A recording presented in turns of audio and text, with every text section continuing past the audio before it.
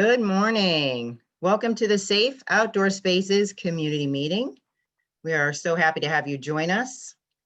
You're in the right place at the right time. It's Saturday, November 21st, and this is our second community information meeting to let you know about the Safe Outdoor Spaces. We're going to be using this Zoom platform in a lot of different ways, so I'm going to take a moment just to go through a little bit of what we're focusing on today. This webinar is available in Spanish and English. Please choose your language at the bottom of your screen and you can access an interpreter, and just make sure you meet the other language choice so that you'll be able to hear properly.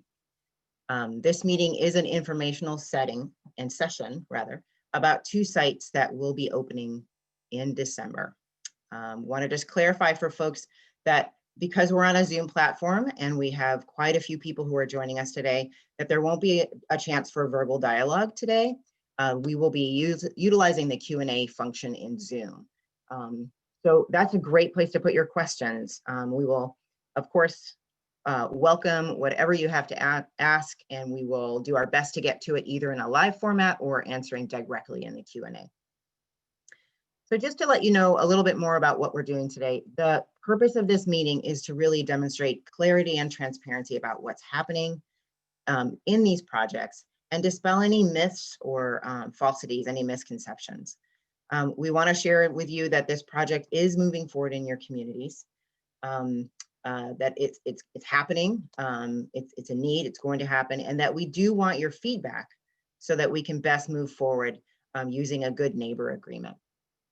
And of course, we want to make sure that we answer any remaining questions that you have about this initiative. So just as a reminder, these are temporary sites.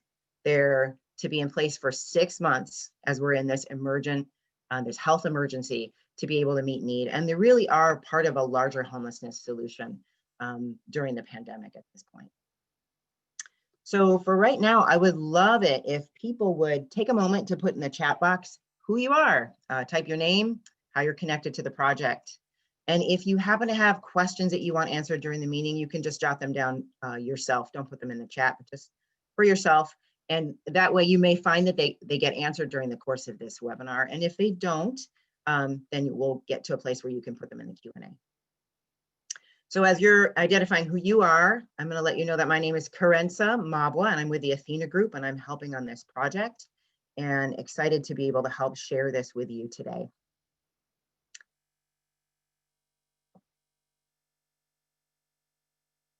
I see some people already using the Q&A. That's great. Awesome. Good to see everybody this morning. So I just want to take some time to do a little bit of acknowledgements here.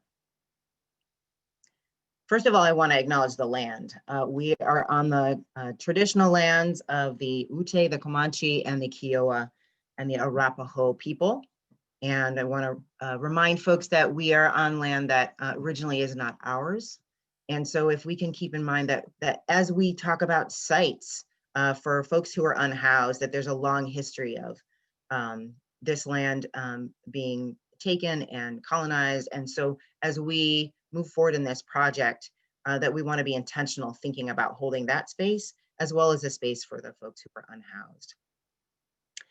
I want to also mention the partners who are in this project: the Colorado Village Collaborative, otherwise known as CVC, the First Baptist Church, the Denver Community Church, Interfaith Alliance of Colorado, Earthlinks Colorado, and the St. Francis Center and Radian are our partners.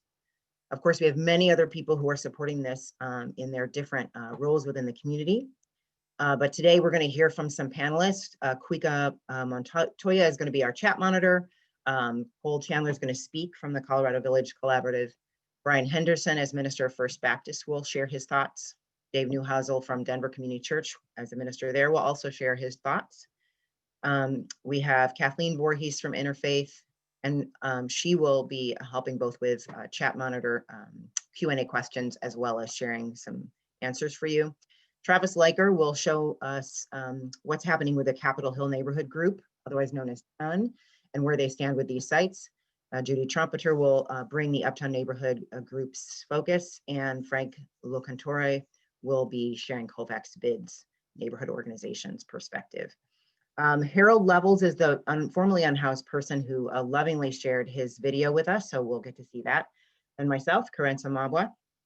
Our interpreter I want to give a shout out to is Francisco Roja, and he is already on, and hopefully you can hear him well, and he's representing dynamic language. And our virtual support is Alexis Nevi. So thank you everybody for being on this call today. So our meeting agenda.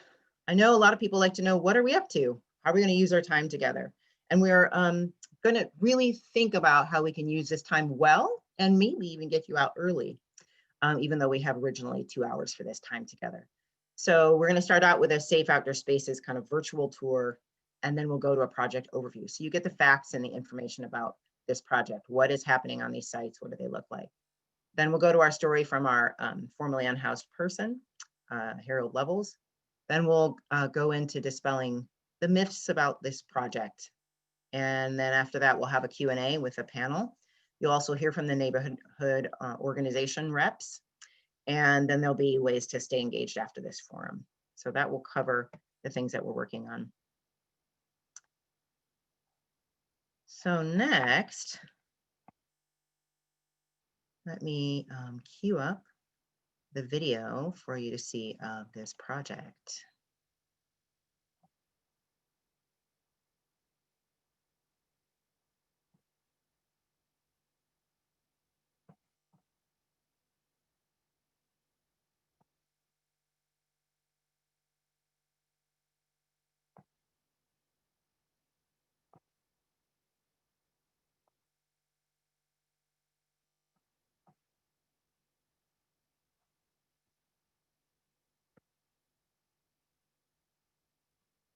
Hi, I'm Cuica Montoya with the Colorado Village Collaborative. I am hired on as the Safe Outdoor Space Manager. Right here, we're standing in the unoccupied model of the Safe Outdoor Space.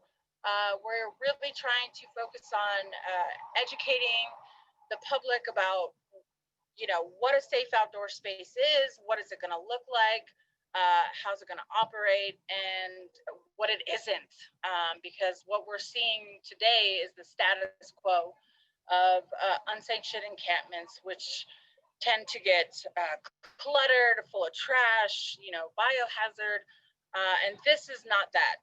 The Safe Outdoor Space will be a managed campsite, so the tents will be socially distanced. We will be practicing social distancing throughout the community.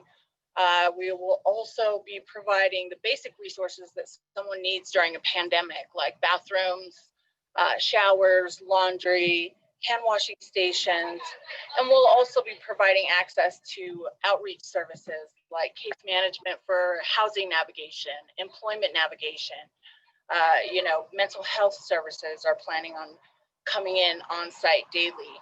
And basically just creating a space for folks to be and figure out what that next step in their life is, with the ultimate goal of moving forward with their housing progress. All right, so this is a model of what one of our tent sites for residents will look like. It is equipped with pallets, so it's lifted up off of the ground. Each tent will also have a cot and a sleeping bag, and accommodations for trash and their personal belongings, and a mini storage bin for their hygiene and whatnot. And then we also have a large storage bin outside of the tent for any other personal belongings. So we wanted to also show some representation of the access to sanitation resources that we're going to have here. We've had a great group of people build hand washing stations. We plan on having a very strict guideline for cleaning. So obviously we represented that over here, but we have to abide by the CDC sanitation regulations. So we have all those logs and cleaning schedules in place. And we'll also have portable restrooms along with the restrooms that are in the shower trailer and weekly trash service.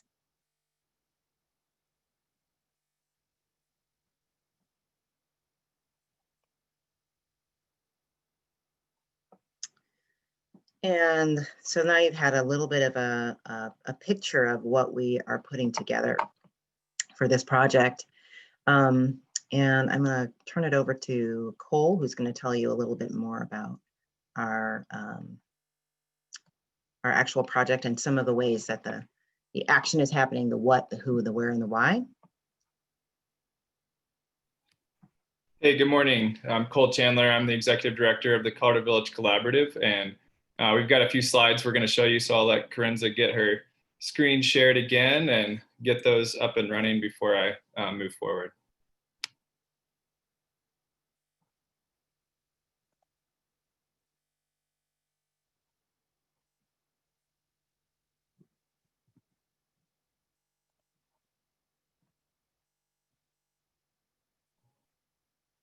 Corinza, you working to share your screen?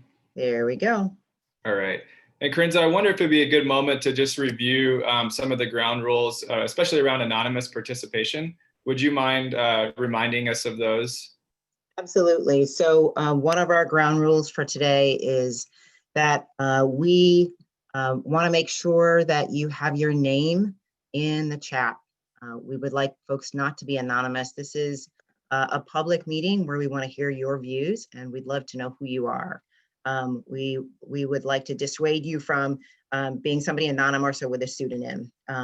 We're going to be removing folks who can't adhere to that, and we're also going to be removing folks who provide commentary that kind of gets into that rude or inappropriate category, or for folks who use profanity. So let's really work together to keep this time together respectful, speaking from your own experience, making sure that we're being productive with and for each other, and we're helping people to be a part of this work and feel like we're moving together. I want you to stay curious and be open to collaboration because this information may take you a while to kind of process through. You might have questions that emerge. So listen for understanding and wait to make up your mind. Really, this is a time right now to listen to what Cole's going to bring you, and then we'll go from there. You'll have plenty of time in the Q&A to be able to ask your questions. The one thing I want to really emphasize here is that this kind of conversation about a topic like this is part of a larger story. This is a long journey around how do we develop long-term housing that meets everybody's needs. And so I ask you to be patient. This is not a time where you're going to expect closure or immediate closure at the end of this meeting. Again, this is information as we look to a project that is just meeting a snapshot need right now over the next 6 months. Just a reminder again, you will be able to put your questions in the Q&A feature in the Zoom. Comments can go in the chat, and if you have anything else that you want to add, please put it in the sos.conveo.com site, which is open to you at all times. You can use that. And so now I'm going to flip back over to where we had Cole going to tell us a little bit more about the spaces. Awesome, thank you. So once again, I'm Cole Chandler. I'm with the Colorado Village Collaborative. And I just wanted to take a moment just to make sure everyone is real clear about the organizations that are participating in this project and the exact locations and the exact timeline. So you can see here the Colorado Village Collaborative, Interfaith Alliance, Earthlinks, Radian, and St. Francis Center. You'll also see the name First Baptist Church of Denver, which is located at 1373 North Grant Street, and Denver Community Church, which has an uptown location located at 1595 North Pearl. If you've heard anything about any different sites, those are not accurate. And the timeline that these are going to be moving forward is from December 1st, 2020 through May 31st, 2021. Let's hit that next slide. So many of you may have been to visit the project site that has been up since early November. It's at sos.conveo.com. And I invite you to visit that site if you haven't already to provide further input on this process. We are working towards a good neighbor agreement so that many of the concerns that have been expressed can be mitigated within the operation plan. And that site is a great place to provide input and talk about how we can be good neighbors towards one another with this model. But I did want to just give you a sense of what has been a long timeline. And so what we pulled here, this timeline from the Conveo site, is a part of a much longer timeline that goes all the way back to early March. And you can read about that on the Conveo site. Here, I just clipped the image from basically October through the end of the year. But just to give you a little overview, this process started when the pandemic set on. The organizations that are represented on your screen put our ear to the ground to try to understand what were the gaps in terms of our COVID homeless response. We talked to other service providers, we talked to people on the streets, we talked to advocates, and most importantly, we also talked with folks in neighborhoods. And what we heard over and over again was that the people that were unsheltered were falling through the gaps of our COVID homeless response. And so we saw it at a time period when we were all being told to stay home, when we were learning about the coronavirus, when we were washing our hands incessantly. We realized that people on the streets didn't have a place to wash their hands. They didn't have a place to go to the bathroom. They didn't have a place to do the basic things that we need. And what that did was it caused extra stress in neighborhoods. So we tried to find a way to deliver those services in a safe, managed, resource-rich site. And so we built support for that and advocated for that. We actually put out a survey back in June, and almost 700 people from city council districts all across the city participated in that survey. So that's about 7 times as many people as are represented on this call today. And 80% of those surveyed said that they supported a safe outdoor space. Not surprisingly, when asked the question, would you support that same safe outdoor space next to your house or next to your business, support was not as high. But I want to emphasize that in a survey in June of 700 people across our city from all city council districts, 8 out of 10 people from all different races, all different genders, all different age groups indicated their support for this. In July, our mayor's office announced their support, and we worked over the last few months to bring this forward on different sites. For different reasons, those sites didn't go forward, and we learned a lot during that process. At the beginning of November, agreements were reached with Denver Community Church and First Baptist Church of Denver, and we began a public outreach process to inform neighbors about what these projects would be and to work towards a good neighbor agreement. And so that's what we're doing. These projects will launch on December 1st. And our effort now is focused on finding ways to mitigate the concerns that might be there, finding ways to be good neighbors towards one another. Next slide.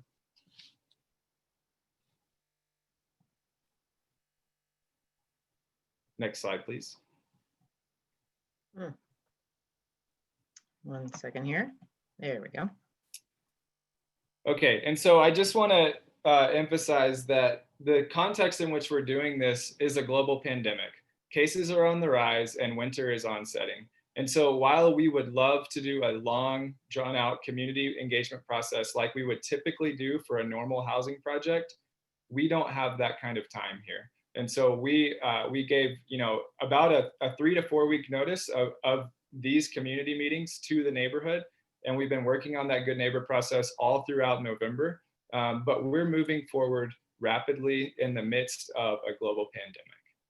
Next slide. One of the questions that we've seen pop up quite a bit is, how are we permitting this? How is this possible? And so I just want to let folks know that the mechanism for approval here is a temporary unlisted use permit through Denver's Community Planning and Development Department. The unlisted temporary use determination that is specific to the duration of the pandemic was passed by Community Planning and Development on November 10th. Because there's no rezoning change, because there's no change of use, Denver City Council does not have a role in the approval of this permit. So folks have been a little bit unclear about how is this happening. This is a standard temporary unlisted use permit that council does not have to approve. And the duration for both of these sites, as I mentioned earlier, is a 6-month duration from the end of December, or from the beginning of December through the end of May. Now, another question that we've seen pop up is, doesn't Denver have a law that prohibits camping? So there is a law called the Unauthorized Camping Ordinance. It was passed in 2012 on a very divided 7-6 city council vote. The first two bullet points under that law effectively state that it's illegal to camp on private land or on public land, and unless the private landowner or public landowner provides express written consent. So it is not illegal per the law to do this when express written consent is provided. Previously, the zoning didn't allow for it, and now as of November 10th, the zoning change has occurred to allow for camping to happen only during the pandemic. Next slide. Another question that we've seen is the question of who's paying for this. I understand that there was an anonymous mailer that went out that listed all kinds of misinformation. One of the pieces of misinformation was around the funding. So just to be clear, these two sites to date are entirely privately funded. Between the two sites, we've raised about $400,000 of the around $600,000 that we will need to operate both of these sites. CBC, my organization, in partnership with the St. Francis Center, did respond to a City of Denver request for proposal.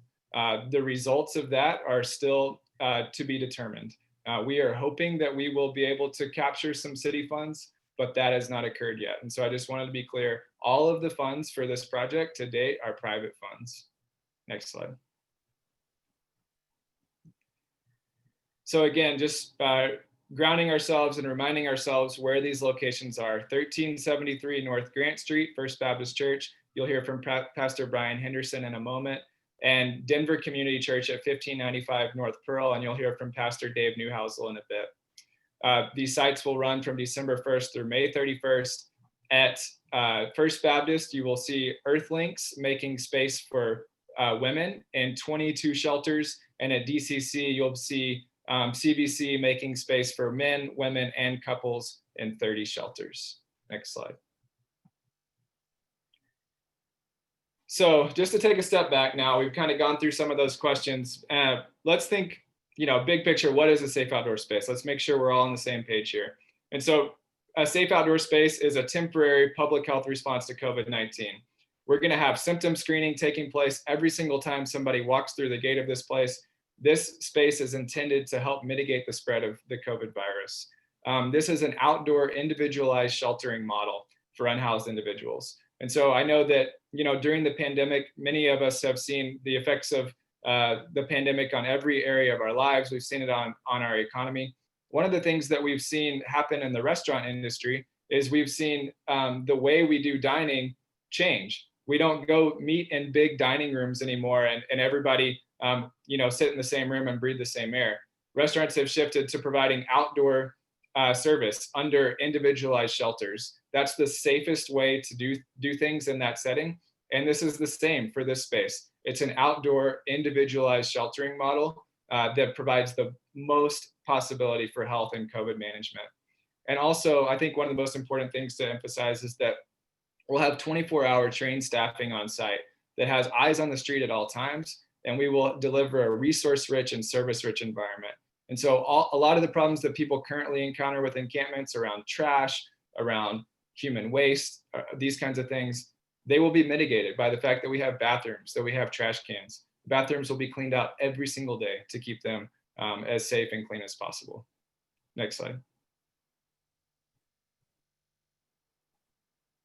What is the purpose? So why are we doing this? 3 simple reasons. First and foremost, we're trying to mitigate the spread of COVID-19 amongst our unhoused neighbors. And we think this is a very safe way to do that. We're also focusing on extending equitable resources to those folks that are unhoused.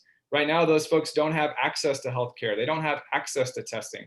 We're going to be doing daily symptom screening at this site. We'll be partnering with Denver Public Health and Environment to do monthly COVID testing at these sites. And so we'll be able to extend resources that would not otherwise be available to this community. And we've learned through this process that our society is only as healthy as our least healthy members. Our health is dependent upon the health of those folks that are on the streets. And we're going to deliver a higher quality of health and care to those folks, which is going to come right back around to us. And the other reality is that encampments are causing a stress in neighborhoods. And this provides a place for people that are currently camping in the neighborhood to relocate into an isolated, managed, service-oriented location. Next slide. So this is not a model that we just made up on our own. It's a model that we've studied from other cities. And I want to give you a moment to just kind of see what it'll look like. So we'll just keep flipping through these slides here. Next slide. You can see the tents are spread apart. You can see there's a gate, there's a cot, there's a sleeping bag. You can see, very importantly, that there's trash, there is a shower system, there's bathrooms, everything that folks need really to have access to health and safety during this time. These are service-rich, resource-rich spaces. And so just slowing down again and just thinking about how will this space be managed? As I mentioned, we'll have staff on site 24 hours a day. The staff will be trained in trauma-informed care, crisis management response, de-escalation, conflict mediation. They'll be perfectly trained to respond as social workers to the needs of the people that are on site. We'll also bring outreach workers on site to work on case management and housing navigation, delivering services that would not otherwise be available to this population in a very effective way. And we'll bring mental health services on site as well. This is a resource-rich, service-rich space. The site will be upkept. There'll be weekly trash removal, daily toilet waste removal. We'll do sanitation crews all throughout the day through volunteers and also resident-led sanitation crews to make sure that everything's being cleaned down and we're practicing the highest level of COVID precaution. There will be quiet hours from 10 to 8. So some of the concerns we hear around encampments and neighborhoods is, hey, I hear people yelling all hours of the night. We're not going to allow that in this space. And we're going to have staff that's alert, awake, monitoring the site 24 hours a day. Everyone will have to sign a use agreement and they'll have to pledge their adherence to basic community agreements. No violence, no weapons, no substances, no drugs. And we'll go over those agreements here again in a bit. And we'll practice accountability. We will work to make sure that people are adhering to those agreements. And we will remove people from the space if we have to. And I sometimes hear people saying, well, that's not realistic. You're not gonna be able to make people sort of adhere to those agreements. Maybe that is a difficult thing for folks that don't work in this environment, but this is what we do. We're a service provider. We provide housing to this population 365 days out of the year. We never take a day off. Christmas, Thanksgiving, we're providing housing to some of the most traumatized individuals in our community, and we're doing that safely and effectively. We know how to do this, and we're going to do it effectively at this site. Next slide. So just taking a moment to center ourselves, we have all these concerns about what this space will be. There will not be drugs allowed on this site. There will not be trading and selling of drugs. There will not be prostitution on this site. There will not be violence. There will not be weapons. There will not be noise late into the night. We will practice social distance. We will promote peace and well-being for our guests and for our neighbors. We're going to be the best members of this community that we can be. Next slide. How will residents be selected? We are already doing outreach to people in encampments directly around these sites. We're going out and building relationships. We're talking with residents to make sure they understand what the expectations of the site are. We understand that not everybody that's camping is going to be a good fit in these sites. We're going to bring the people in that are going to be the right fit. And we're going to do that through folks that have deep relationships with folks already. The Denver Street Outreach Collaborative is represented by St. Francis Center, Urban Peak, and the Colorado Coalition for the Homeless, organizations that have been providing a high quality of service for around 100 years in our community. These folks are out on the streets developing relationships, and they'll help us find the folks that will move into these sites and be really effective members of this community. Then we'll provide the assistance they need to get into the site, and we'll do an intake and a use agreement. We'll bring people that aren't currently in our system, aren't currently having access to services into that system so that we can help deliver people into long-term housing outcomes. Next slide.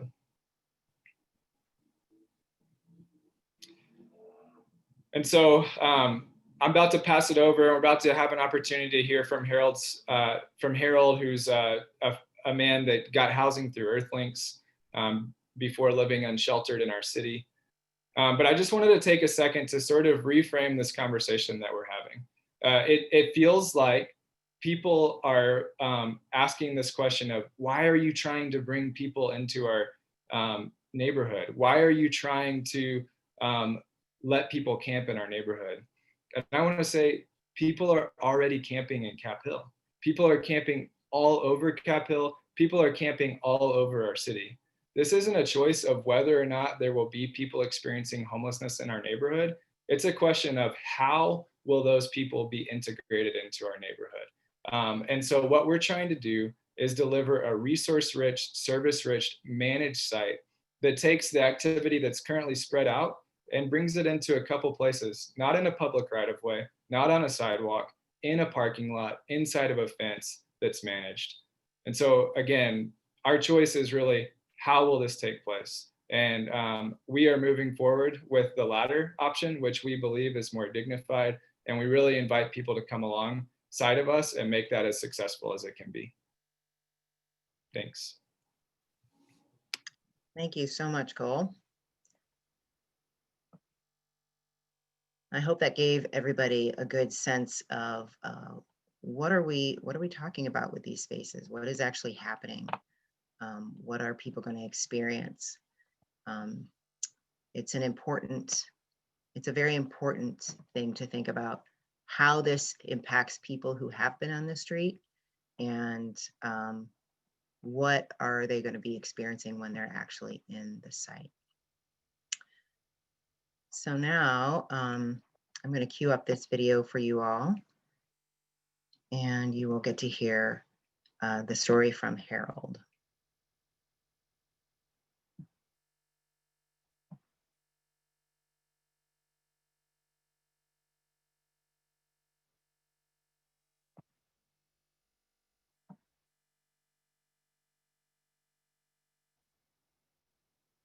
Hi, my name is Harold Levels, and up to this past spring, I spent the last 12 years here in Denver homeless and living on the streets.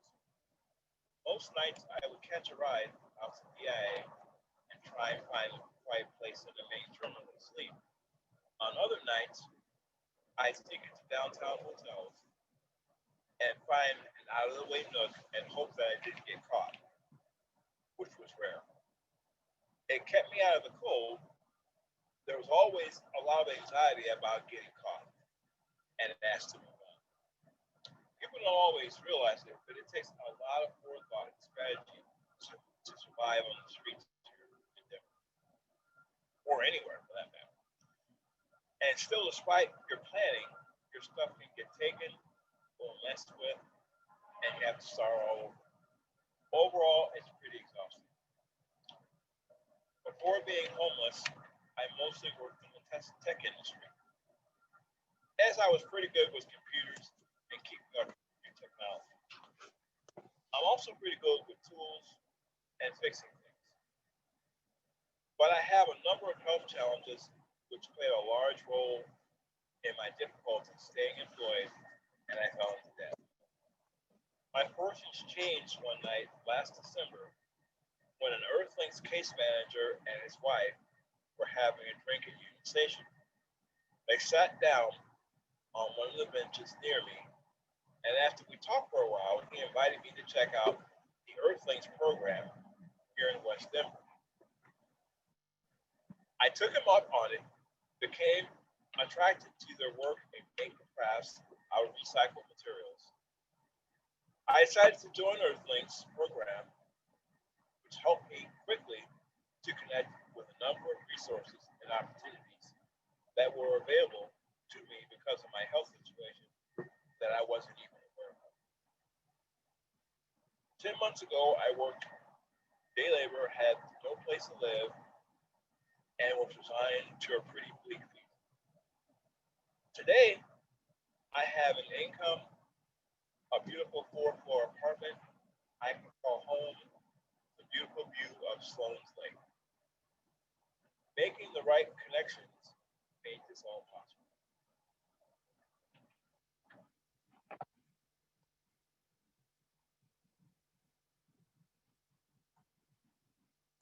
Thank you.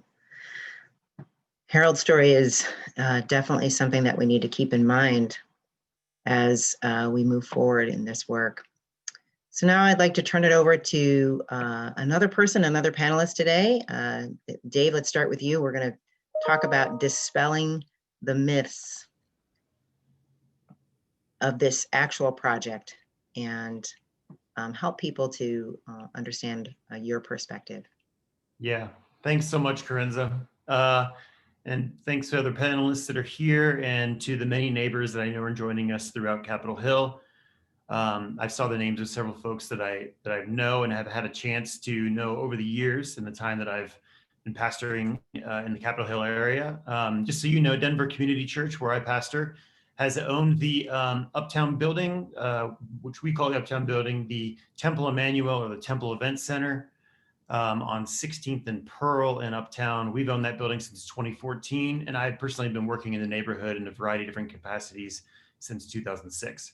So it heartens me to see so many of our neighbors joining us and some names of some new friends that I've had the opportunity to get to know through this process. And I'm joined here today with Brian. I'll let Brian introduce himself in just a second. We're joined today to just review some of the things that will be redundant that Cole already went over, but we really are working for clarity here and transparency and dispelling some myths. Many of you know, you may have received a very detailed two-sided flyer and a couple weeks back informing you as a neighbor about these upcoming SOS sites. I love the fact that this the flyer was dispersed widely because it certainly got the attention of so many of you. It would have been really, really helpful if that flyer had a lot more truth in it. And so unfortunately, it's made our job harder. We're working hard in this time of a pandemic and emergency to do this well and to communicate appropriately. It's just all the myths and misconceptions and false information has certainly made a lot of the starting point of the conversations I've had with you all much more difficult. So Brian, you want to introduce yourself and then we'll jump into the myths. Sure. Thank you, Dave. My name is Brian Henderson. I serve as the Senior Minister for the First Baptist Church of Denver, and I have been serving this congregation and living in downtown now for nearly 9 years. And historically, First Baptist has been committed to providing care and assistance and even shelter to individuals who are houseless. During the 90s, First Baptist, some of you who've been around for many years would remember that this congregation provided a shelter for up to 100 men a night, 365 days a year. And in the last 8 years, we have transitioned from that type of service to providing shelter through the Women's Homelessness Initiative, and which is a part of Capitol Hill United Ministries, CHUM. And so we have faithfully every month been providing on Fridays space for up to 25 women to stay within our building. So our congregation has been committed to caring for people who are houseless for close to 30 years. And so we are excited at this opportunity to be participating with SOS and providing care, particularly at First Baptist, for what we hope will be many of the women that otherwise, outside of a pandemic, we would be providing shelter for in our space.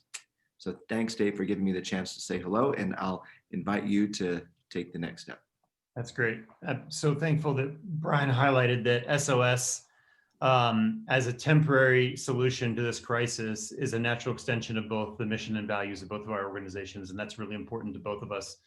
And I think we're both ultimately really grateful that we get to partner in this way. So with that, let's jump into the myths. The first one has been highlighted, but I think this one needs to be highlighted more. The flyer had stated that SOS sites are permanent. Hear me, folks, these are not permanent sites. I think the goals of everyone, whether they're in the city, in the nonprofit sector, and as neighbors, is that we'd love to see folks make a trend, folks who are experiencing homelessness in our midst, make a transition to a safer indoor solution for every single person who's on the streets. But we know that right now, the number of folks who are camping in our midst in Capitol Hill and throughout our city. That number is growing. And in light of the very, very cold weather months that are upon us and the midst of this really dangerous pandemic, imperfect action is preferable to non-action. We are trying to move quickly for the sake of the health of our community and the health of our unhoused neighbors. So these will be temporary sites. It's been said, and I'll state it again, we're hoping to move as quickly as we can. We're going to start setting up on December 1st. And obviously, we don't have any control about how long the pandemic will continue. We're all hopeful for the promising news about vaccines and the distribution therein over the next several months. But this is a short-term provisional opportunity, a project to keep folks safe and our community safe. But no matter what, both of these sites will have an end date of May 31st, 2021. So it's a 6-month project. We know that the reality of homelessness in our midst will not be solved in those 6 months. This is a provision for a very dangerous period of time. We've been told from our health educators and public health educators from across the country at every level of government and organization that how we respond in these next few months will be so critical to the consequences of this pandemic for all of us. And this is one tool in the bag, one tool amidst a lot of different amazing service providers in our city that are working in collaboration to help a specific population of folks, up to 1,300 people who are sleeping on the streets like Harold that you heard from. This is a very targeted response for folks who have kind of fallen through the net and fallen through the cracks of our system. So Brian, take it away for the next minute. Sure. And I'm glad you emphasized that we're moving quickly. The reality is for both of these sites, we've had to respond and move quickly in terms of the preparation for both of them. One myth that we have heard, Cole addressed it already, but I'll just repeat just a bit, that this has been done in a sneaky and underhanded way without transparency. We have worked in a coordinated fashion with CBC, with Earthlinks, with the St. Francis Center, with Radion, with the Interfaith Alliance of Colorado, as well as with the city to get the permits necessary to make these possible. And so as Cole emphasized already, that we did give as much notice as we could for these 2 informational meetings so that we could connect and share with you what will be happening. I recognize personally that we can never communicate as quickly and as thoroughly as everyone would want us to communicate. And so know that you have mine and Dave's commitment and our word that we have done this as efficiently and as appropriately as possible. And we have wanted to communicate what we can as we've been able to, knowing how things would be moving along with permissions from the city and everything else. So we're doing our best, and we are not doing things sneaky. We wouldn't be sitting here today communicating all that we are if we were trying to slip something into the neighborhood unawares. So thanks, Dave. Great, thanks, Brian. All right, myth number 3, there are 3 locations. There are not 3 locations. I think the flyer that went around stated that there were at least, or the 2 locations were either at Denver Community Church, which is the church that I serve at 16th and Pearl, and just 3 blocks down the road is Belong Church at 16th and Ogden. Belong Church several weeks back was gracious enough to allow a temporary model site to be constructed on their small parking lot behind their church, just for the sake of neighbors and public officials and others, excuse me, to get an idea of what these sites look like. You saw that site in the video that Kwika gave us a tour on the video. That site is no longer constructed and it will not be a part of this program. So these projects will be at 16th and Pearl in Uptown, and then at Brian's Church at First Baptist, right next to the Capitol at 14th and Grand. There is no other sites that will be being planned within District 10 or Capitol Hill. We know that these sites will serve a maximum of 70 people between them. And so we very much understand that our capacity is not enough to help all the different folks who need shelter throughout our city. But I know that the Interfaith Alliance and CVC and St. Francis Center are all looking for other willing landowners in different parts of the city outside of Capitol Hill to reproduce this model. in this really dire time of emergency. Go ahead, Brian. Another myth that we have become aware of is that the current unsanctioned camping around these sites are because of the forthcoming SOS projects. Well, as some of you are aware that there is an unsanctioned camp around the site at DCC at 16th and Pearl. There is not an unsanctioned camping site or area here at First Baptist. There had been some good part of the summer just a block from us.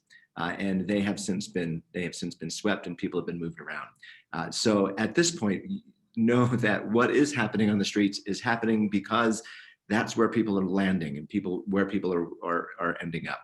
We have not been in some intentional fashion trying to strategically get sites close to our SOSs to make these SOSs happen. The reality is what we're hoping is that while the SOS is not the end all be all answer to the challenges that our neighborhoods are facing, what we are hoping is that each of our SOS sites will provide an alternative to the unsanctioned camping that is happening, and so that we can provide a model so that individuals like all of us can see that an SOS actually helps make our neighborhoods potentially safer because we are providing all of the services and care to individuals who will be staying within them. Dave? Right. And then our fifth and final myth, even though there's probably many more, that feels really like one we've heard a lot from, is the concept that SOS sites will be bringing in unhoused neighbors from different parts of the city to participate in the site. And this is a really, really important one because I could understand that many folks here on this call feel like that Capitol Hill and North Capitol Hill specifically sort of carries the undue burden of many of these unhoused neighbors. But let me tell you clearly, and this is why I think for both Brian and I, as we've talked, this is really important for us, is this is a solution-based model. This is a housing first, resource-rich program that will be actively recruiting the unhoused and unsanctioned campers around our near neighborhood. A lot of you know that literally across the street from Denver Community Church at 16th and Pearl, there's a large encampment. And that's kind of follows the arbitrary pattern, as Brian described, of where some of these campsites are popping up. And no one feels good about it. We've worked as a church, and me personally, with many of our unhoused neighbors for years. And just like a lot of the discomfort that you feel when we see folks camping outside in these unsafe ways, especially during this pandemic in these colder months, it breaks our heart and it rubs against our sense of dignity and humanity. But literally, I have no control over that, and I have no moral ground as a human being, or let alone as a pastor, to go ask folks who are there to move along, because what I know I'm doing is asking them to move along to another near neighbor and onto another, and to trespass on a different property. And the reality is that what we're trying to do is we're going to prioritize our outreach to these folks who are currently camping in our near neighborhood and bring them into the site. And we will do that with prioritizing these near neighborhoods, these near blocks first and foremost. And then once we have something beautiful going, something that is a few steps better than the status quo, that we can all agree is not good, then I can commit to you to say, hey, I'll speak with those folks and we'll work with Denver Police Department to ask them to not be in the vicinity, because we know their presence is also hurtful for the success of this site and it's unsafe. But the reality is right now, folks, there's not really a plan B. There's not, and we don't feel good about the status quo. So we're trying to find better solutions, safer solutions, more effective solutions for the folks who are obviously in a really hard place and are in our near neighborhoods. So this is one of the main reasons why we wanted to do this project. So I hope by just talking to you and speaking directly towards some of those myths, it's helpful for you to hear from us. I'll speak for myself and Brian. We want to talk more, and this is not the end of a conversation. And so we're working toward monthly meetings where we can check in with you as neighbors, and we'll have forthcoming information about a communication plan so we can maintain communication. I know that our church will be doing walks throughout the neighborhood regularly, weekly, to doing cleanup and just having those engagement opportunities with our unhoused neighbors and working in tandem with the really effective staff at both of our sites. So with that, Carenza, take us to the next section of our presentation. Thank you so much, Dave and Brian. Appreciate that thorough explanation. I want to make sure that we get to hear from the registered neighborhood organization representatives to get you an even broader picture of what it is that we're accomplishing here. So I'm going to turn it over to Travis, and then we'll hear from Judy and from Frank. Great. Good morning, everyone. My name is Travis Leiker, and I'm president of Capitol Hill United Neighborhoods. And we're Denver's largest and oldest registered neighborhood organization. We have about 1,000 members comprising the greater Capitol Hill community, and our boundaries cover Broadway to Colorado, 22nd Ave to 1st Ave. So the two sites that we're discussing today fall within our geographic boundaries. Chun was born out of traffic issues in the late 1960s, and since then we've evolved into an organization that focuses on rezoning, sustainability, smart development, neighborhood planning, community investments, and historic preservation.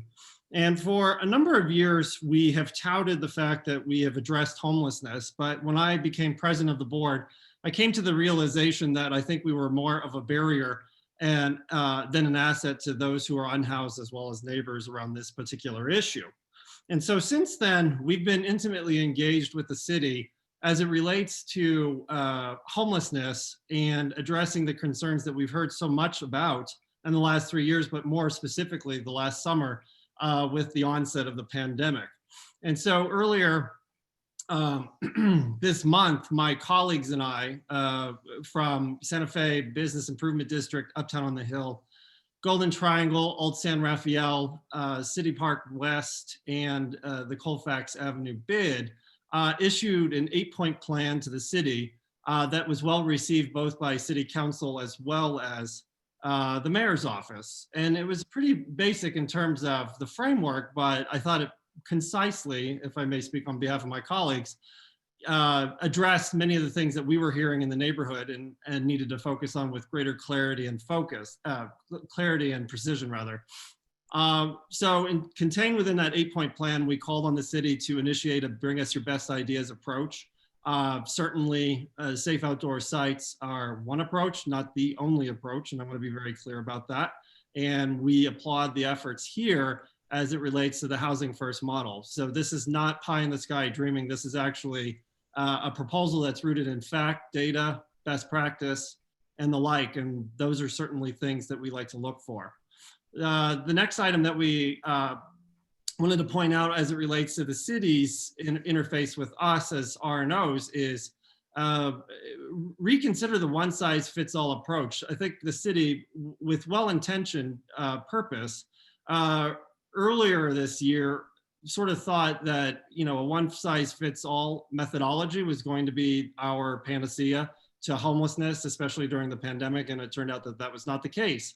So what we need to do is go to the providers and engage them on what works for them in their particular neighborhood or with their particular constituency group. One of the things that we were looking for specific to these temporary SOS sites, as well as others, is wraparound services. We were displeased in the fact that wraparound services were not provided at all of the locations that were providing accommodations in the city. And so wraparound services was absolutely essential for us to be on board with any sort of future proposal. And that included job placement, housing vouchers, sanitation support, security, and so forth. And we're pleased to hear that these two particular sites will have those services and then some. And certainly, like you, if you are concerned about these proposals, we want status reports from both the providers, but the city.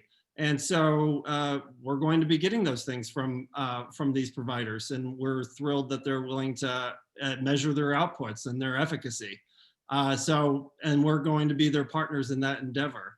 And then finally, a couple of other logistical matters was, you know, really the city didn't provide, from our perspective, a direct point of contact on how to report the encampments that seem to be popping up everywhere in the city, not just in Cap Hill, not just in Uptown, but along the Cherry Creek Trail, in the ballpark district and the like. So we're working more closely with our R&O partners, bid partners, cultural districts, and so forth, to ensure that the city is providing a clear, concise, and point of contact both between us and with us. And so we're pleased to see these things move forward.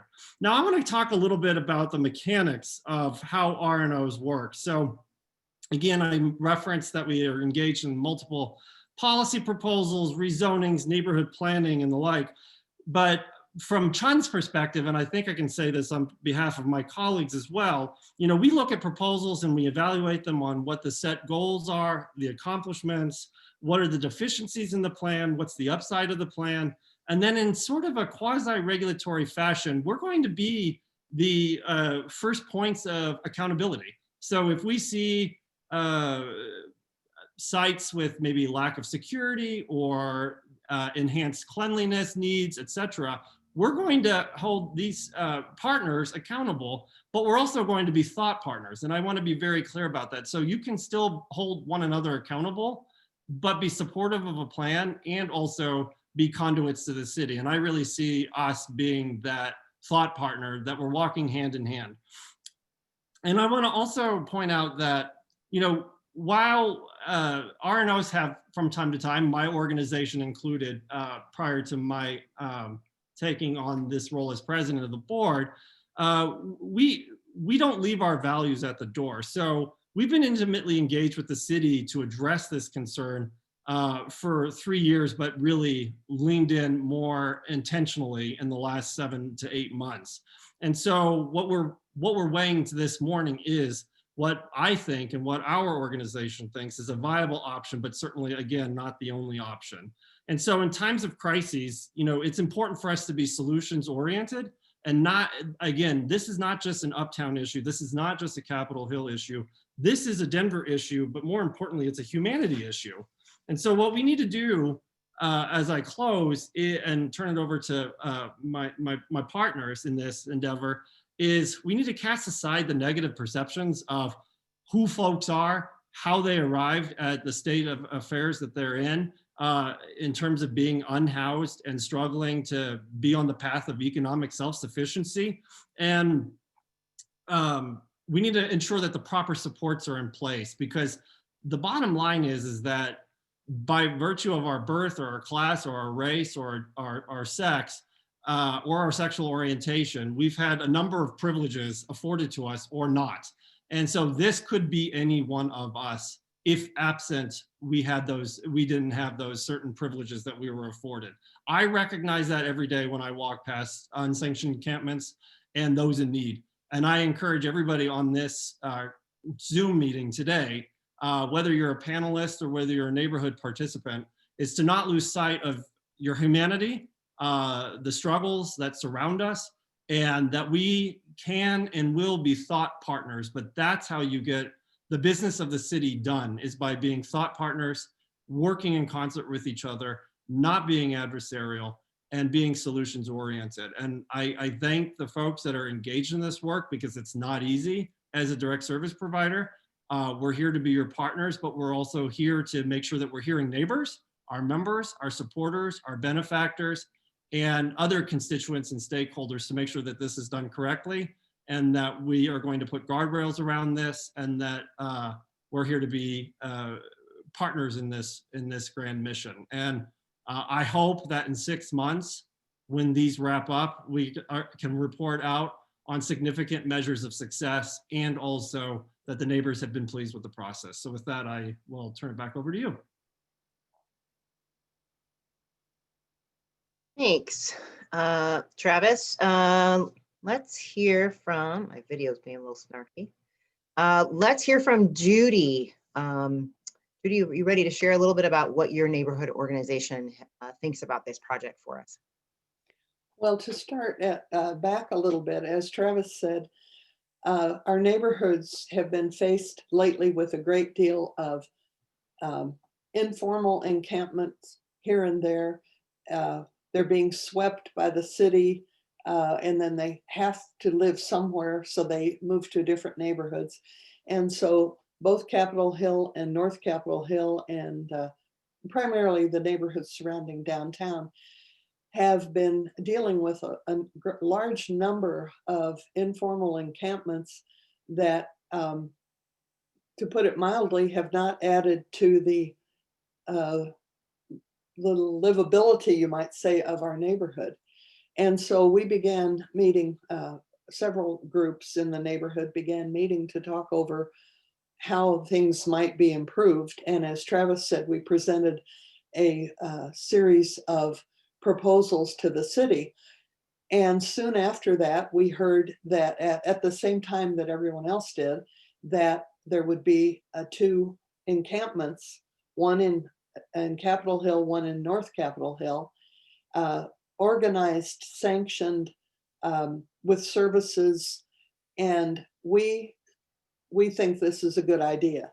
It is not going to address, it's only 70 people who will be helped with these 2 camps, but 70 is better than 0, which is what we have now. So, and we want to work with the city, work with everyone else to support efforts to house the homeless, not only from the humane point of view of this is how people should be treated, they should have their own home, but also from the point of view of neighbors in our, people who live and have businesses in our neighborhoods.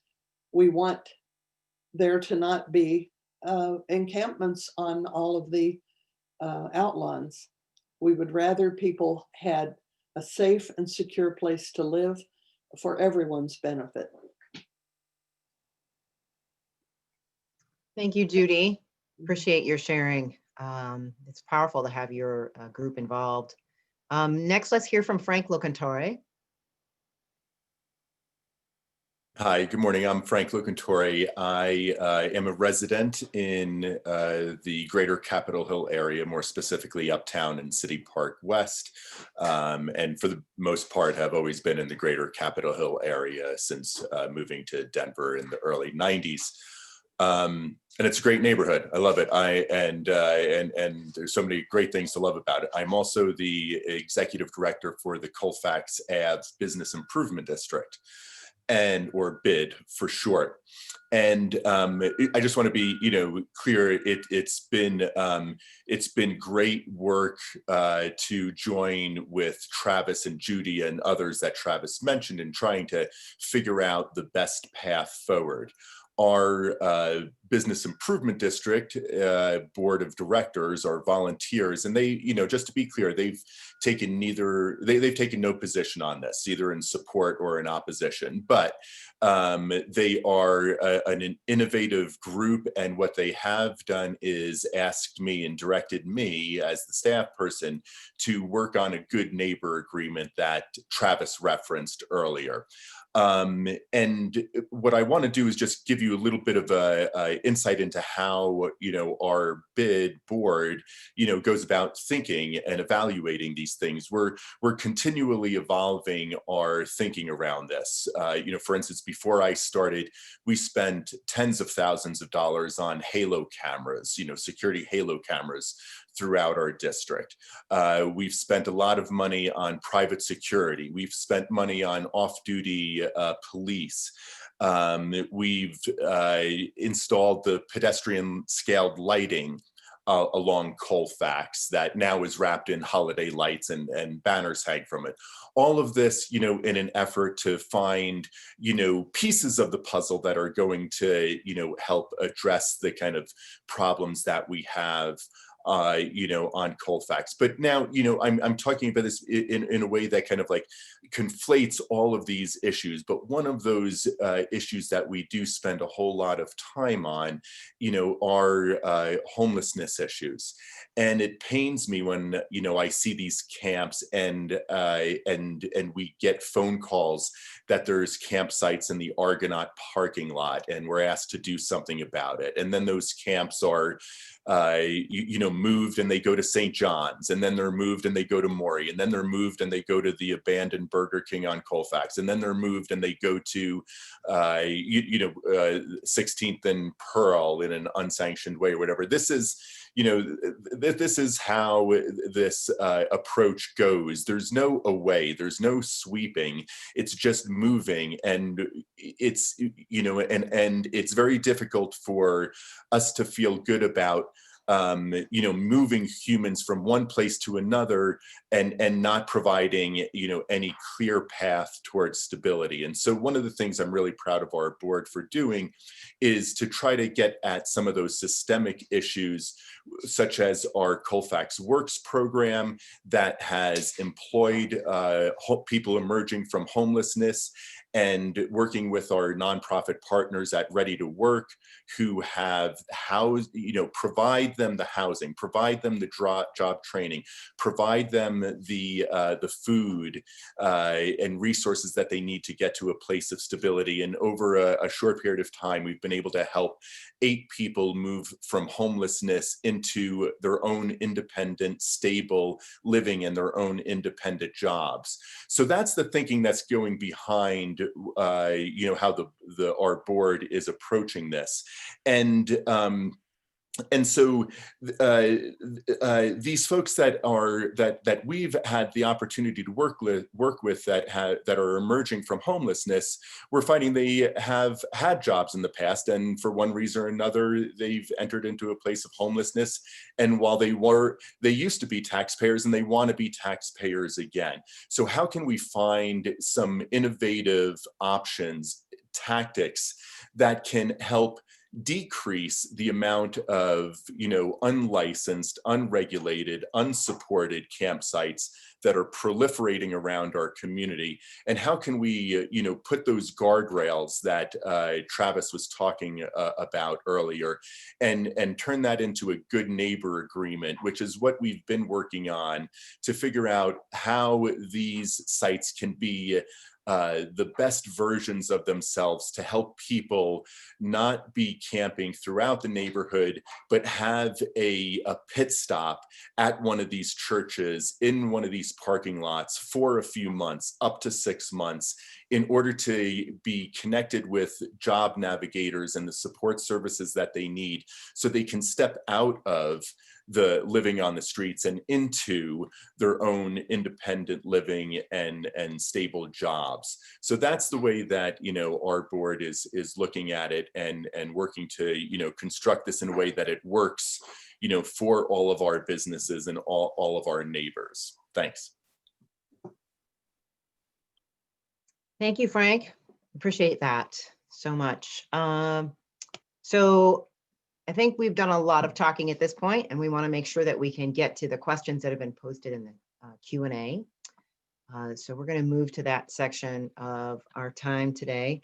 Just want to remind folks that the Q&A is there for you to post your questions, and hopefully you've been using that. I'm going to read a few of the ones out loud that look like they're common, and some that have been flagged for me. Let's start with this question. What type of medical and mental health services will be available at these sites? And I think that might be a Kathleen or a Cole question. Kathleen, you want to start us? Sure, happy to. So one of the things that sets the safe outdoor space apart from sanctioned and unsanctioned encampments is the fact that they are resource rich. We've been working in partnership with mental health providers, service providers who are already doing outreach and case management since April to come up with the best plan of bringing that all on site. We also have had many medical professionals and doctors who have reached out and offered to come on site with their services, as well as some dental groups who are happy to come on as well. As far as services, again, we'll be providing GRE classes, workforce opportunities. The goal is to provide multiple stepping stones for every individual who comes into the SOS program, so that we really can find them stability and get them connected with the resources they need to move forward. Fantastic. I have another question I'd like to make sure that we get to. And what addiction services will be provided?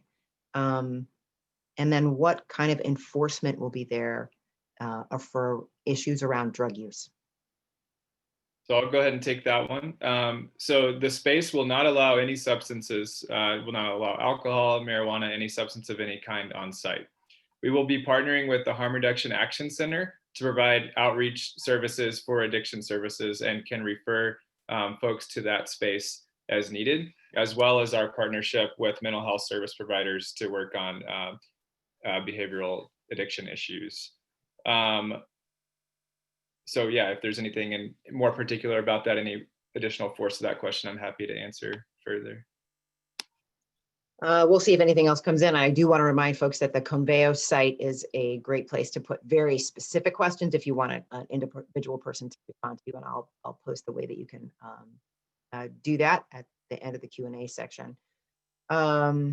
Let's look at these questions. How will success be measured in terms of the numbers of unhoused folks who are going to be served and over the 6-month period? Sure, I'm happy to take that. So I think there's multiple measures of success. One of the things that Cole and our collaborative will be doing is a full evaluation of our SOS model. But as far as success with the unhoused individuals that we are able to provide service to, we will be ensuring to really document and look at the number of resources that we can make connections to, the number of housing units that we can provide to individuals. Success is really meeting each individual where they're at. So for some people, it'll be getting them into outreach, getting them into case management. For others that we know are currently unhoused in the area, they already have employment and they simply have an eviction on their record or are unable to obtain housing. So for them, success would be for us to help get them over that hurdle and find long-term stability in housing so they can continue their employment and move forward.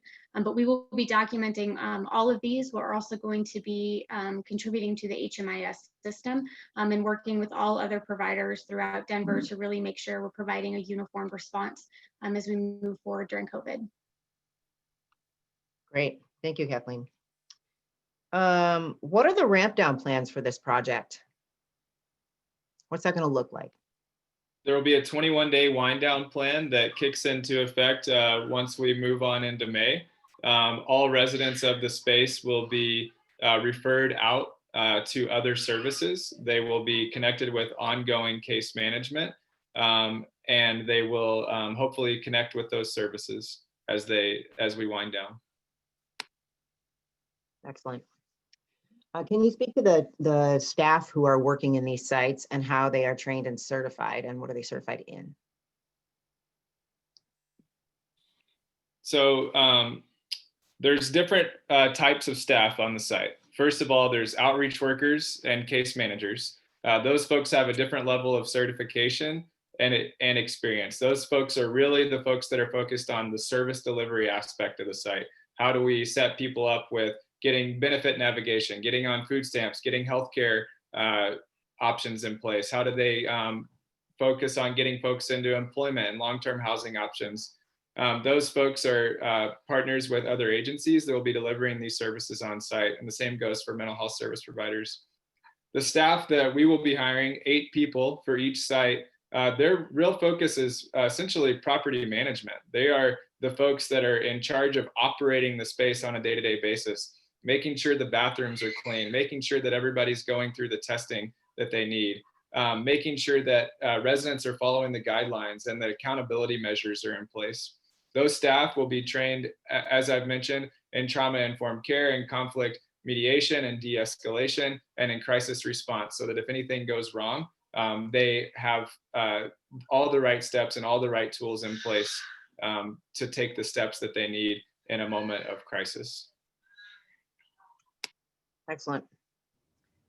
So I see a few people asking about the link to be able to connect. I'll put the screen up in a little bit, which has that information. The SOS Conveo link is actually at the bottom of the slide, so you can find that there. I hear a question here from Megan. Megan says, I don't understand how tents are good for people, and I recognize how hard all of these things are to address. Why can the people not be housed inside the church? So maybe that's one of the Absolutely. questions for Dave and Brian, or Colin Calvin, if you wish. Sure. And actually, and I can hand it over to Dave and Brian too, but one of the most important things is Brian and Dave have both said, they've been in service with serving our unhoused neighbors for a really long time. The Women's Homeless Initiative was housed at First Baptist for many years. These programs had to shut down because of CDC guidelines, health guidelines, a concern over COVID spread. So one of the things that I'd love for everyone to understand, because it's really hard when we see the expansion of unhoused neighbors in Denver, is that for many providers, we lost about 56% of our capability for shelter because we had to adhere to social distancing. That is going to continue to decrease slightly with HUD's new guidelines for respite areas within shelters. And so we are seeing a really significant reduction. In order to open an indoor facility, you have to adhere to very strict HUD and CDC guidelines. The churches are not set up for this. They do not have the spacing and the inside capability of doing that. Both Dave and Brian have offered up their outdoor parking lot based on a cold weather winterization plan that not only came through the CDC, but is approved by HUD. The tents that we are using, we understand that when people see it, they say this is a tent, it's freezing, it's winter. These are insulated ice shelters that are utilized for individual sheltering in the state of Alaska for their cold weather response as well. It's also important for everyone on this call to understand that no one on this panel would prefer a shelter outside over a house or an apartment or a hotel voucher. Cole Chandler, as well as the Interfaith Alliance, work very hard at trying to produce affordable housing. That takes, at a minimum 2 years to get off the ground.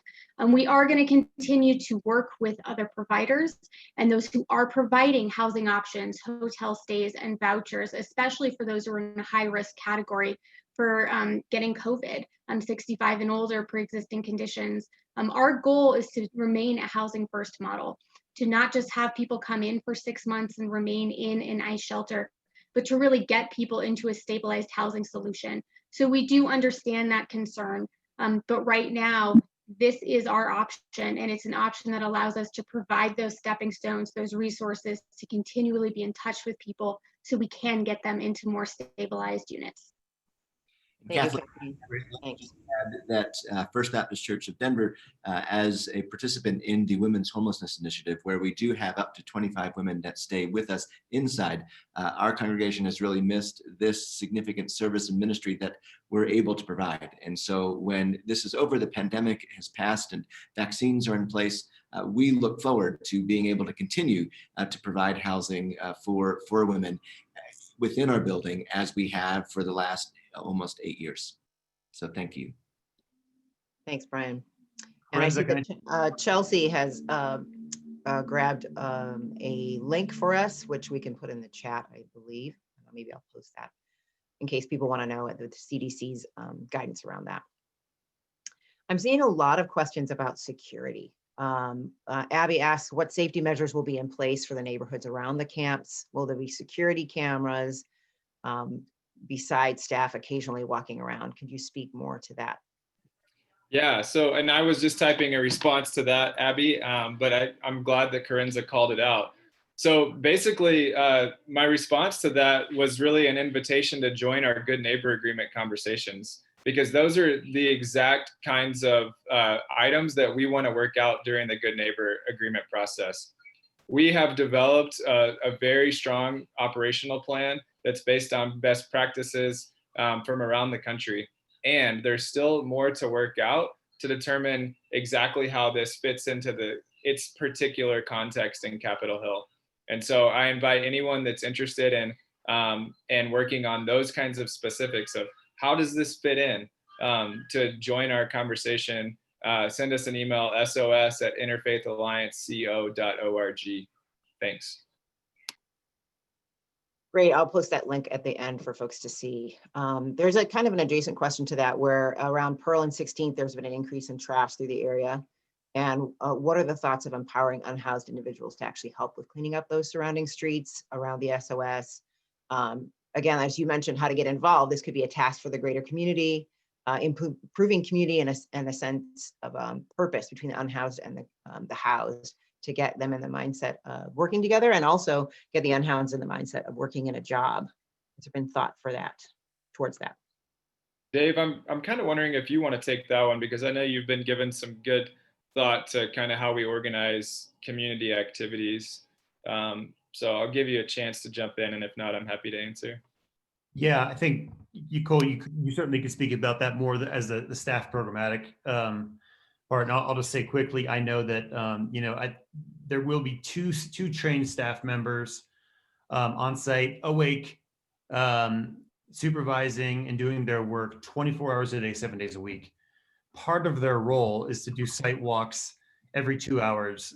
That of course includes inside the site, but more importantly in the near perimeter, and then in a 1 to 2 block radius around the site, alleys, sidewalks. And we're asking our participants as a part of their commitment, if they're going to be a part of SOS, they have to commit to not trespassing while participating with SOS. So both because this is about relationship, folks, and we trust and assume that we hope some folks will transition on to a more permanent solution, but some of these folks are obviously going to be in this program for quite some time, and it will be done. They'll be participating in a context of relationship. So we're asking for that commitment, but there will be accountability as well for them on that. And then as a church, we recognize that we want an opportunity to also volunteer, and that includes with some of the meal service and different ways that we can help on site through the normal volunteer program, but we also want to connect with you as neighbors, and we're working in cooperation with Denver Police Department and our near neighbors to find ways that we can all come together and just have a stronger presence of cleanup and just a proactive engagement within the near blocks of this SOS site. I think it's we can do so with masks in a social distance way, even in these cold months, and just have a positive presence. What we've found over and over and over again is that with our oversight of the Temple Event Center, is that when we're there and actively in the area, we just find that less dangerous things happen, less unsafe things happen. We saw when we were in a construction phase 6 years ago and we didn't have a presence in the building, there was an uptick in trespassing and uptick in dangerous behavior. During COVID, when we had less staff around because we had to adhere to certain regulations on that, and we had less of a physical presence on the site, believe it or not, things got harder and it got more difficult. So I think the presence of both the staff that will be there as well as our commitment, and I hope a coming together of our neighborhood with Denver Police Department and others, and just taking responsibility for our neighborhood and having a presence, we're going to see things get a lot better than the status quo. Thank you, Dave. There are a couple people here. Lori and Anna both have a question that is kind of related, so I'm just going to pose them together. Lori is a neighbor who has a building next door and is wanting to know, what is the plan what's the plan in May so that the camp is not extended for more than 6 months? And then keeping that in mind with the wait list for affordable housing, what is the plan to get them moved on afterwards? And what is on that list of affordable housing? What kind of subsidized, supported, affordable, what permanent? Sure. So affordable housing is, working in it is a very vague term. So you're absolutely right. It can be bridge, transitional, PSH, multitude of different types of affordable housing. That is something that outreach workers will be able to identify with each individual that we serve, where they need to go, what support services, how long those services would need to be. We do, again, as a housing first model, the goal is to get them immediately on housing wait lists, to get them immediately hooked up with providers and those who are able to release housing vouchers so that we can move towards that stability. As far as our 6-month lease, I know that both Dave and Brian, and not to speak for you, so please jump in, are very interested in reopening their congregations and bringing back their own community into their churches. And right now, obviously, that is something that has not been occurring for the safety of their congregation and the neighborhood. But both have expressed, the great excitement at being able to open their doors again one day. And so 6 months is, what we have been provided. It is what our permit has been provided as well. Great. Good. Carenza, can I answer a question related to that? Yes, go for it, Dave. Thank you. This is a hard one. It's actually not that related, but it's a hard one. And I want to just speak directly toward it because I've talked to a lot of folks who are business owners in the neighborhood and landowners and other folks who are worried about their property values. So again, I know that we've talked about the presence of unsanctioned camps all throughout our neighborhood. And a concern for many folks is we've debunked some of these myths, but if you're bringing more people in, or if you're sort of like endorsing this camping, then my property values are going to go down. And I want to peel back to something that Cole said really clearly early on. This is not a question of bringing more people in. This is a question of how the people who are currently camping in your neighborhood are going to camp. So the sites we're showing you, we've seen they look a lot like a construction site. The one thing you haven't seen in the pictures, we've shown you that there will be a visual barrier wrapping the site on the 6-foot fence around the perimeter of the property. And so when you look at at this project at both locations, it's going to look like a construction project. You're not going to be able to peer in. Now, if you're in a multi-story building adjacently, you will be able to see in. But from folks who are coming in and looking at apartments to lease, or even folks during this time that will be looking for housing, and you're worried about your property values, we can argue about this and maybe see it differently. My suggestion would be what we're proposing for sightliness is a lot better than the status quo. The unsanctioned camps are difficult to be around. They feel unsafe, and it's just not good. So I think that actually what we're doing is a vast improvement from what you've seen in the area. And I think what we're likely going to continue to see, because things are not getting better in the months before us. And just a reminder, these of course are temporary. And so as we move toward the summer and the hottest time for real estate and stuff, we hope that we know that we will not have a presence in the neighborhood in the same way. There's a chance at that time you might actually hope and wish there was still an SOS site in your neighborhood. I don't know, but that would be my suggestion for our neighbors. I don't say these things cavalierly, but I really think we all stand to benefit from the SOS. The other thing about that I'll say quickly too is I think a lot of people have been asking, where do the panelists live? And there's some doubt that folks live in the city or in the Cap Hill neighborhood. I can speak for them, but I won't speak for all of them, but I know several of them do. I live on the west side of town on Federal Boulevard over in the Sluns Lake, Jefferson Park neighborhood. And I think the sentiment behind that is like, you can lobby for this in a place you don't live, speaking to us panelists, but you wouldn't want this in your own backyard. And I would say that, in my neighborhood, I live again along a very transitional area that kind of mirrors some of the same difficulties of the uptown neighborhood over in Jefferson Park. We've seen an uptick for us in unhoused folks in the area and in encampments. And I would actually hope that we could find an SOS site, because again, I think it would be an improvement. I have young kids at home, and I share many of your concerns about safety and things like that, and property values, of course. And I kind of hope that there could be an SOS site, because I think it would be an improvement on the status quo in my neighborhood. All right, thanks for letting me take time. Thanks, Dave. That's great. That's what we're here for, to make sure we get these questions answered. Abby is posting that they still feel like their question about security measures was not answered. The camps are supposed to open very soon, and Abby's finding it very concerning that there are no security members that have been put in place yet. And would it be possible to install security cameras in the surrounding areas? I'll jump in, and anyone else is welcome to jump in after me. So we can certainly make sure that security cameras are present at the DCC site. There's already a security camera that's there that will have some eyes on the site, and we can work to make sure that that's extending it onto the sidewalk, onto the alleyway. I cannot install security cameras on other people's private property. And so I think that would be a great way for us to come together, build unity, people be involved. If there's other private property owners that want to think about ways to install security cameras, let's talk about that. Feel free to reach out.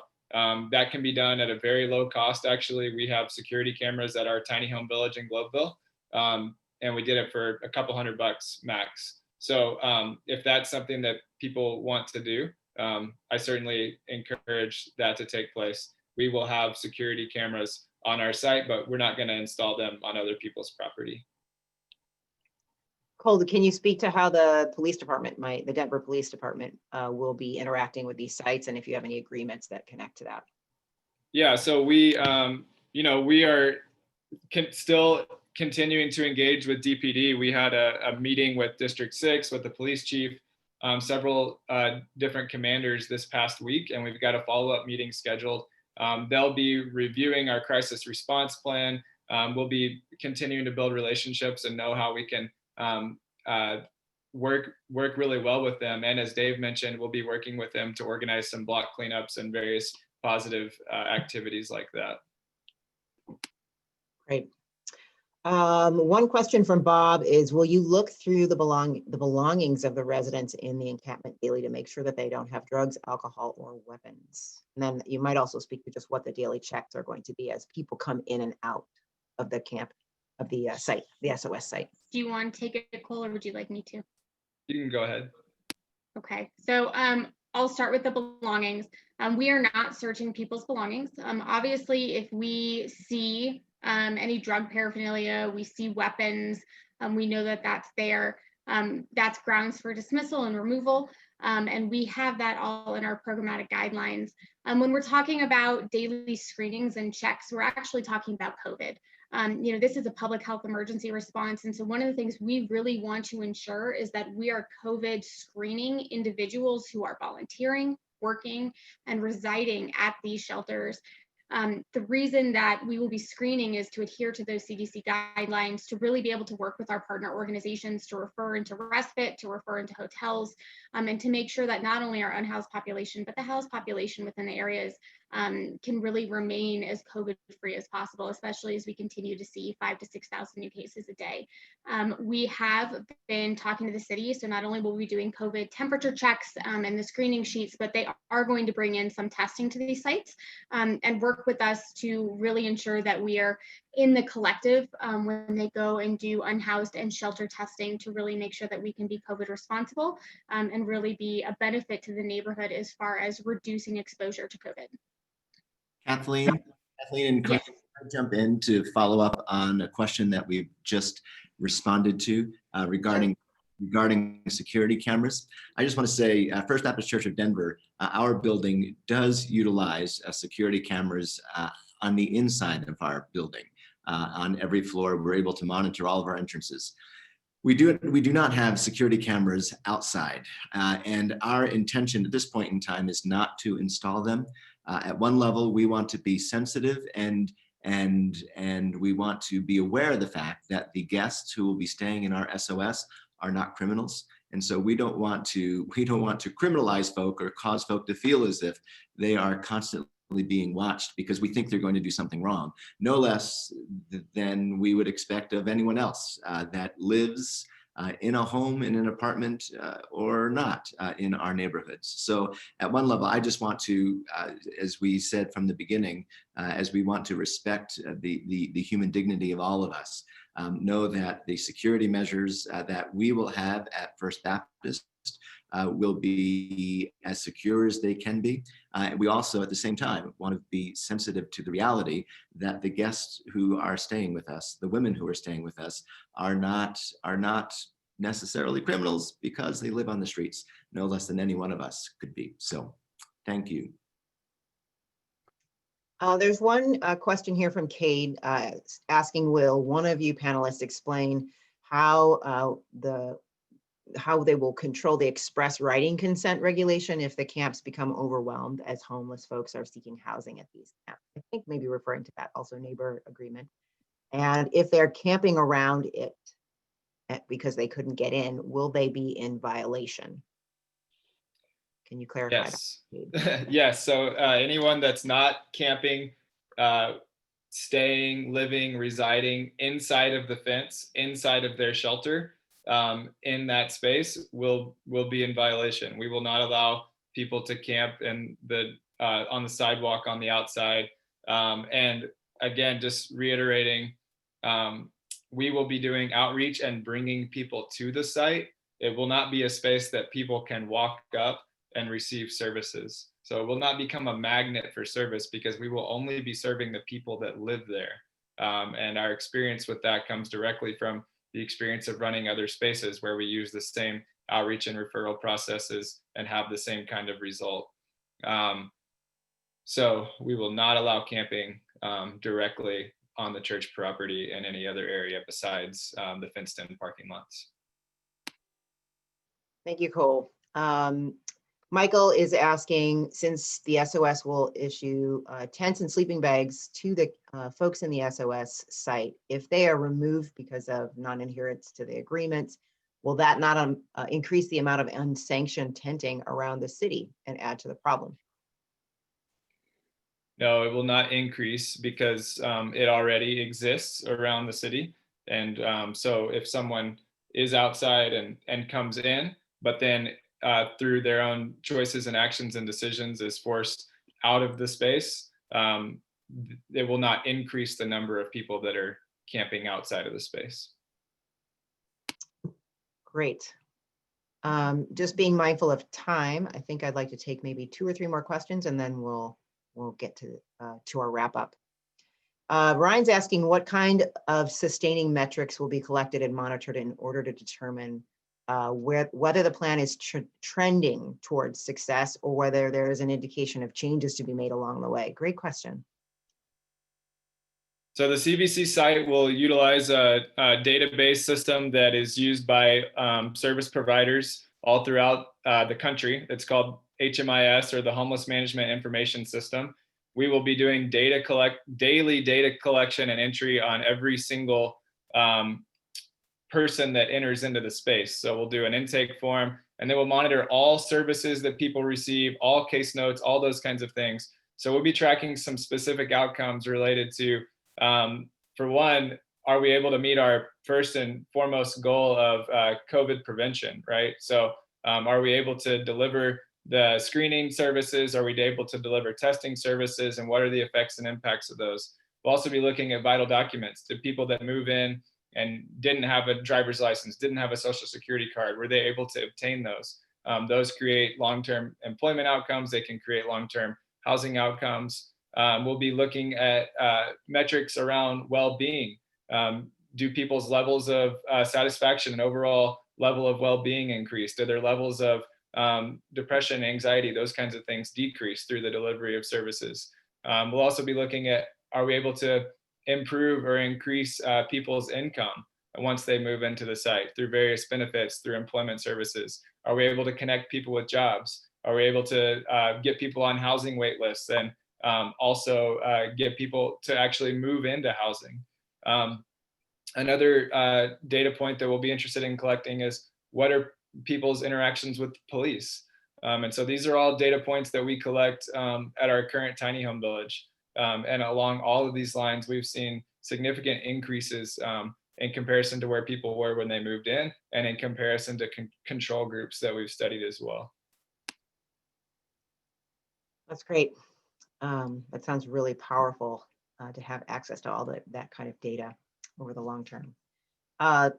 Luke is asking a question specifically that goes to you, Dave. Dave, could you answer what is DCC's exit plan and how to establish a presence? Oh, lost my question there. Yep, no, I read the question. Got it. Yeah, Luke's wanting to know what our exit plan is, and not just the exit plan, but in an ongoing way, how we can be a more present neighbor, because we have a complex property in the neighborhood. And if you're not familiar with Denver Community Church, it's a large 120-year-old synagogue with lots of nooks and crannies adjacent to the alley, and then also a parking lot to our south where SOS will be executed. That it's also a large property. And because of its proximity to Colfax, there has been a lot of dangerous behavior that happens on and around the property.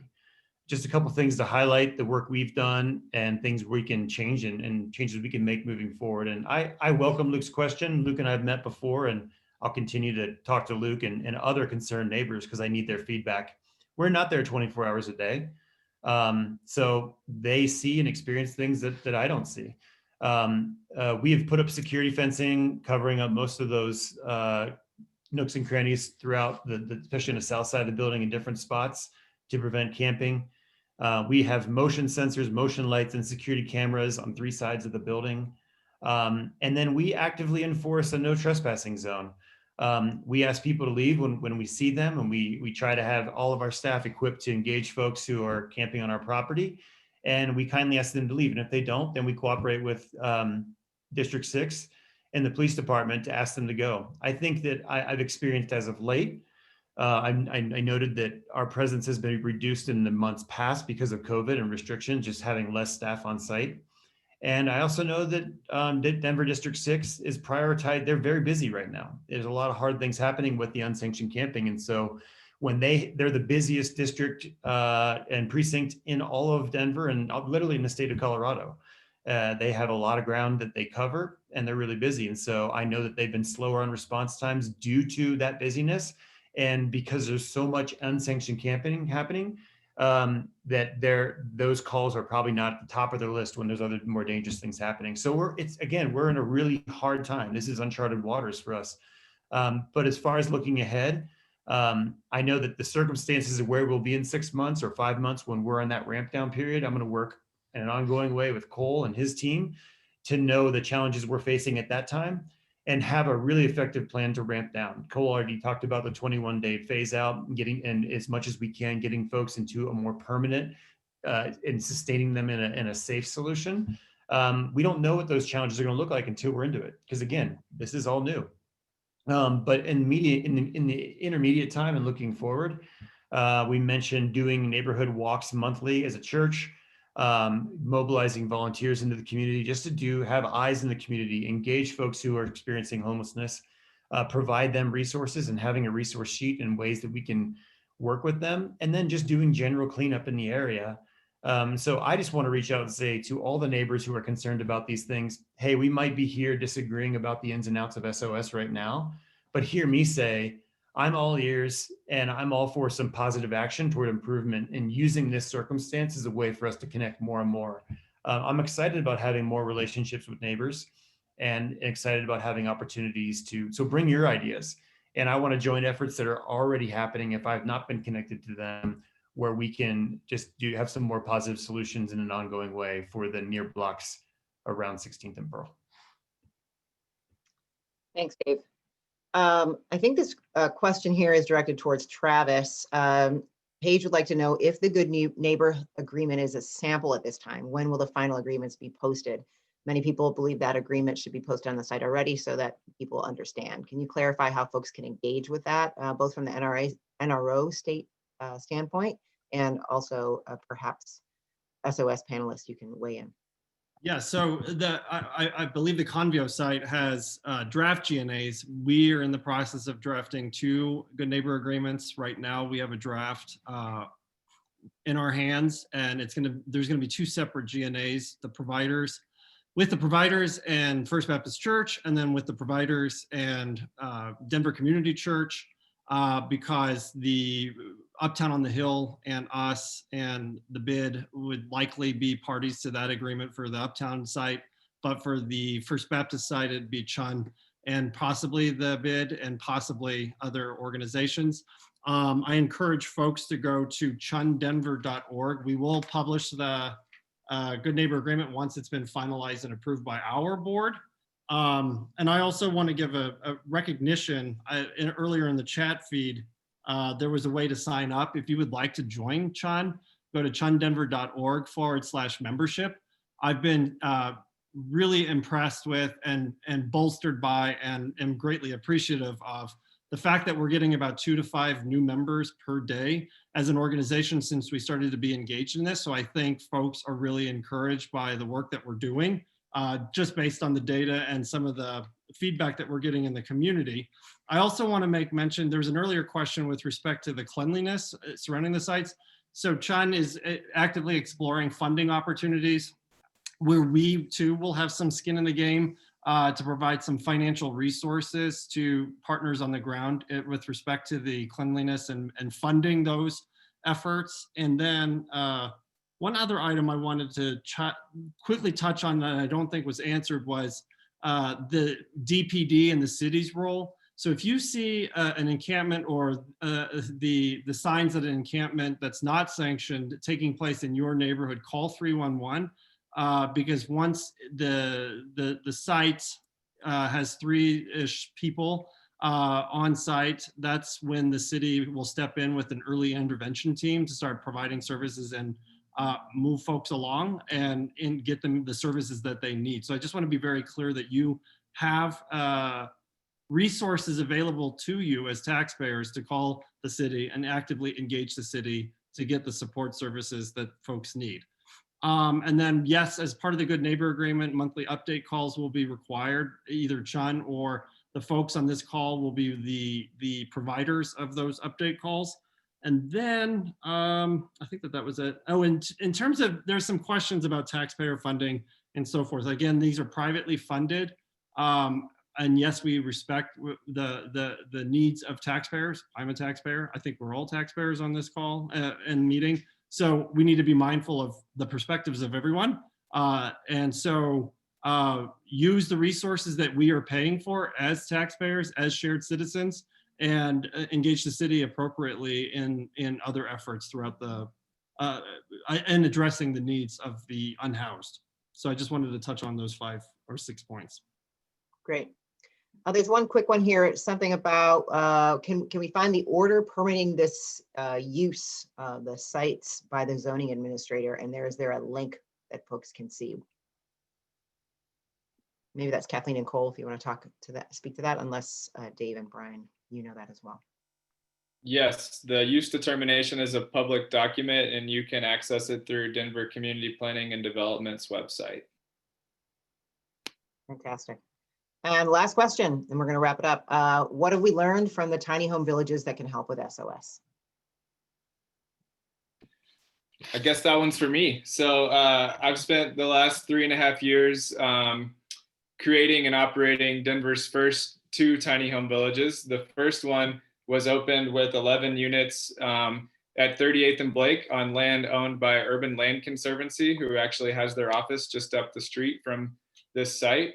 They were great hosts to us on that site. We moved that location a couple of times. So we have a track record, for one, of doing temporary projects, standing up a project on a piece of land, making commitments to neighborhoods, and then moving on to other sites. So we're now at our 3rd location there. There were some questions earlier about the nature of that agreement on that 3rd location for the beloved community tiny home village. That is located at 4400 North Pearl Street in Globeville.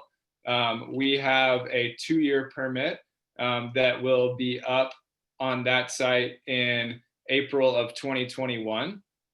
And then we can reapply for another temporary permit, but our max time limit allowed on that site due to the lease with the landowner is 3 years. So that's probably way more details than you want to know, but just want to assure people that that also is a temporary project, because people were asking about that earlier. We've learned a lot of lessons over the years about how to most effectively deliver a high quality of housing and service to folks that are coming from unsheltered homelessness. Our residents in the beloved community tiny home village are the exact same target population as the folks that we will be reaching out to. 100% of our residents were sleeping on the streets prior to moving into the beloved community tiny home village.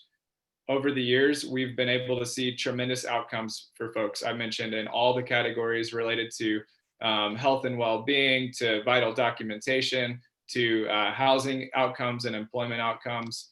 We found that our residents are more than 4 times more likely to be employed than their counterparts on the street, and 10 times less likely to have police interactions. And these are the kinds of things that we want to continue amplifying. I think one of the best lessons that we've learned is really how to streamline and effectively create a referral process that helps us find the best candidates that are going to be most successful in the space. We know that we need a multitude of services and housing types and shelter types and all those kinds of things to effectively meet the needs of the more than 4,000 people that are homeless across Denver and the more than 1,300 people that are unsheltered.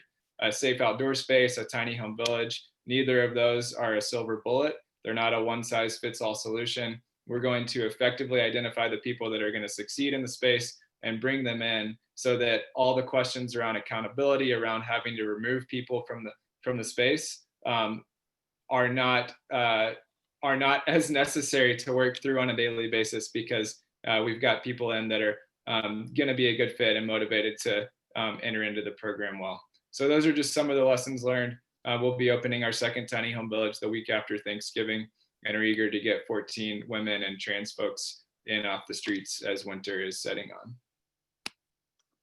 Fantastic. Thank you. So as you can see, we have some information up for you. Send your questions directly to sos@interfaithallianceco.org. This is a place that you can put questions that didn't get answered today. If you have something you want to discuss with a person personally, if you need a phone call, let us know there. There is going to be, or there is already, a please keep me informed link on the Conveo site. Please go there and we'll keep you in the loop.